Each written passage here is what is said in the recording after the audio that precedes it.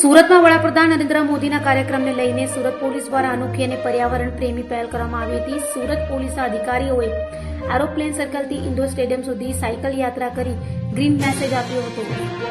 વડાપ્રધાન નરેન્દ્ર મોદીના સુરત પ્રવાસ પૂર્વે સુરત પોલીસ માત્ર સુરક્ષા બંદોબસ્તમાં જ નહીં પરંતુ પર્યાવરણ સંરક્ષણના સંદેશ સાથે પણ આગળ આવી છે. એરોપ્લેન સર્કલથી ઇન્ડોર સ્ટેડિયમ સુધી પોલીસ અધિકારીઓ સાયકલ પર રવાના થયા હતા. બંદોબસ્ત દરમિયાન ઈ બાઇક અને સાયકલનો વધુ ઉપયોગ કરીને ટ્રાફિક અને પ્રદૂષણ ઘટાડવાનો પ્રયાસ કરવામાં આવી રહ્યો છે.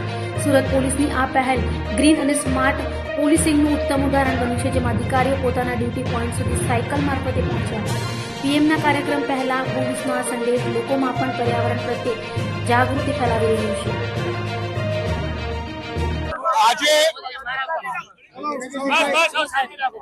આજે દેશની થોડું નીચે રાખો તો મોઢું દેખાય યાર.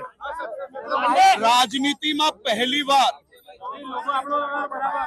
દેશના વડાપ્રધાન શ્રી નરેન્દ્રભાઈ મોદીજીના સ્વાગત માટે એમના કાર્યક્રમમાં જોડાવા માટે સુરત શહેરના હજારો નાગરિકો 5.5 કિલોમીટરથી વધારે સાયકલ ચલાવીને આ કાર્યક્રમમાં જોડાવા માટે આવ્યા છે.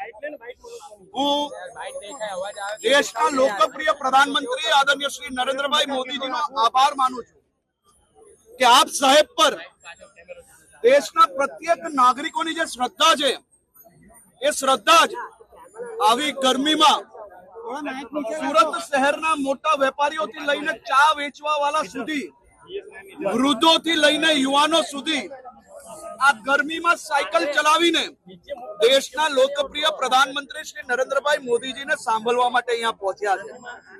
મારું સૌભાગ્ય છે કે મને બી આ સાયકલ યાત્રામાં જોડાવાનો અવસર મળ્યો.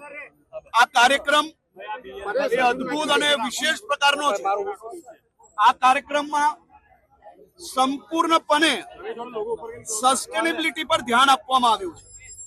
કોઈ બી પ્રકારનો પ્લાસ્ટિકનો ઉપયોગ નથી કરવામાં આવ્યો. પાણીના માટલાઓ મૂકવામાં આવ્યા છે અને લોકો ઘરે ઘરેથી 15,000 થી વધારે લોકોએ પોતે પ્લેકાર્ડમાં વૃક્ષારોપણ માટે અને બીજા અનેક સામાજિક વિષયો પર લોકો પ્લેકાર્ડ ઘરે બેસીને પોતાના બાળકો જોડે બનાવીને આજે ઇન્ડોર સ્ટેડિયમ સુધી પહોંચ્યા છે. સ્ટેજનું બેકડ્રોપ હોય કે પછી કોઈ બી આ હોર્ડિંગ હોય, આ બધા પ્લાસ્ટિક રહિત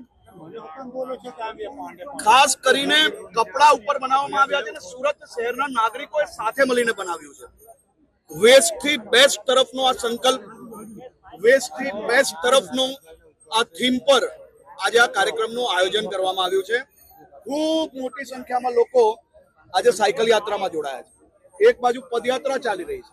અનેક વોર્ડની અંદર અમારા સૌ ધારાસભ્ય, સાંસદશ્રીઓ આ બધા જ અલગ અલગ વિસ્તારમાંથી સાયકલ પર અહીંયા પહોંચ્યા છે.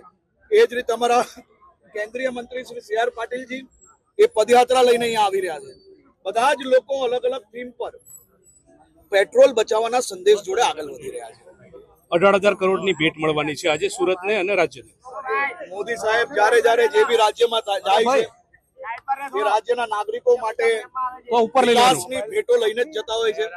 ગુજરાતના નાગરિક એમના ખૂબ આભારી છે. આજે દક્ષિણ ગુજરાત માટે 18,000 કરોડથી વધારેની રકમના અનેક પ્રોજેક્ટો ખાતમુહૂર્ત અને લોકાર્પણ થવાના છે. આવનારા દિવસોમાં આ લાખો લોકોને ઉપયોગી થવાના છે.